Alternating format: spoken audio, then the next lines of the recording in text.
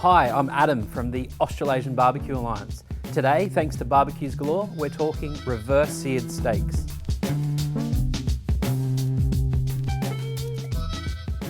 Today I'm firing up the Kamado Joe and using Pro Smoke lump charcoal.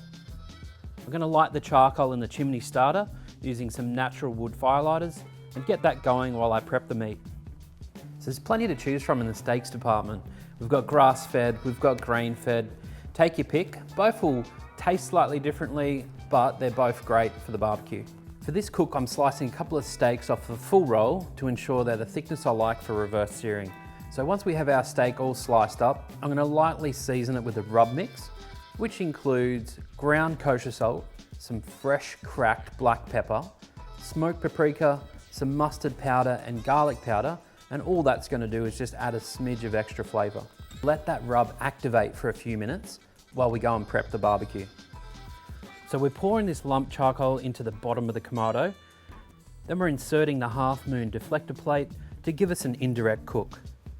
What I'll do then is just add the first half of the grill grate, and we're just adding some fruit wood here just to give us a little bit of flavour up through the steak when we pop it on.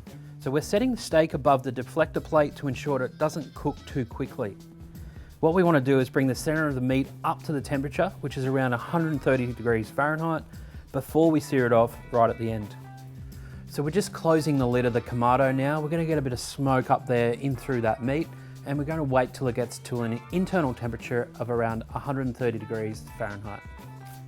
So once you're at that internal temperature that you're looking for, we're now going to transfer the steak from the indirect cooking to right above the coals, the hottest part of the barbecue. What we're looking for here is just a little bit of colour, some texture and crunch on that outside of the steak. What you don't want to do here is leave it to sear too long, because you're going to end up with a well done steak. So once we've got this bit of char on the outside of the steak, we're going to take it off and let it rest for a few minutes. After it's rested, we're going to slice into this steak. And as you can see, that beautiful pink centre that we get from the reverse sear method.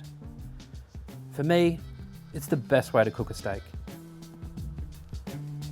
I love to serve mine sliced on a plate with some creamy mash and some grilled garlic asparagus. For more recipes, tips and tricks, check out barbequesgalore.com.au.